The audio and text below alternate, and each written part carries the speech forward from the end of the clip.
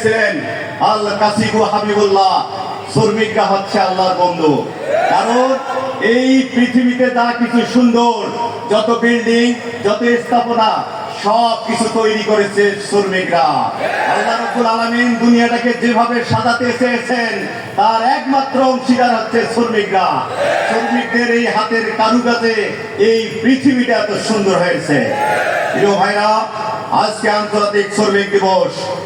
এই দিন আমাদের গর্বের, এই দিনটা আমাদের স্মৃতির।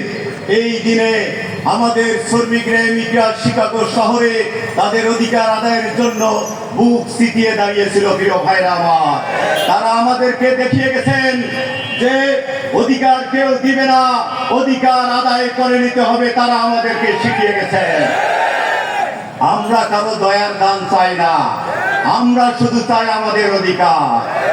আজকে বাংলাদেশে প্রতি বছরে মে দিবস আছে, র্যালি হয়, মিছিল হয়, মিটিং হয়, জ্বালাময়ী বক্তব্য হয়, কিন্তু আমার শ্রমিকদের ভাগ্যের কোনো উন্নয়ন হয় না।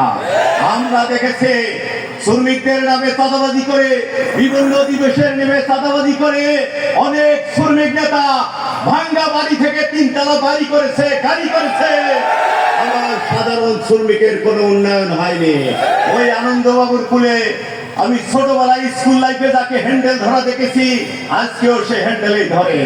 আমি ছোটবেলায় যাকে মাথায় করে মাল তুলে ট্রাকে লোড করতে দেখেছি, আজকেও সে এখনো মাথায় তুলে লোডেই করতেছে। তার ভাগ্যের উন্নয়ন হয়নি।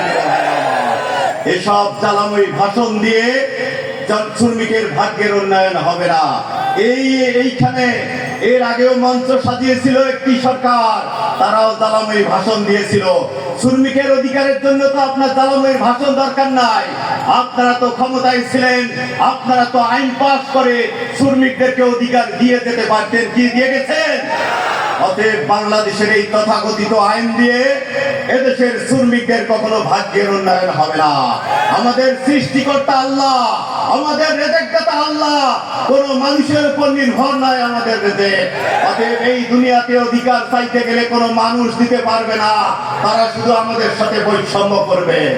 অধিকার যদি দিতে পারে আমার রব্বুল আলামিন আমাদেরকে অধিকার দিতে পারবে।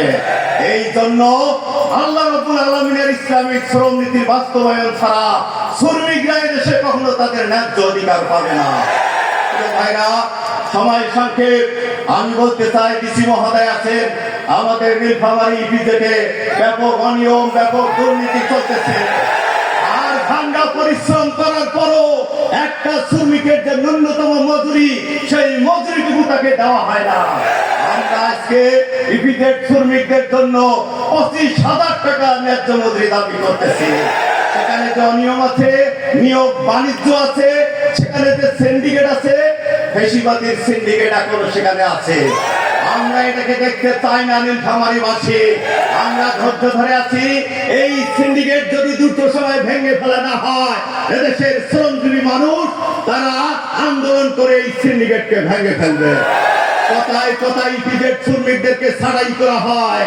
আমরা বলতে চাচ্ছি, আর একটা শ্রমিককেও যদি অনিয়ম ভাবে ছাড়াই করা হয়, এই নীলফামারীর মাটি আমরা অচল করে দিব।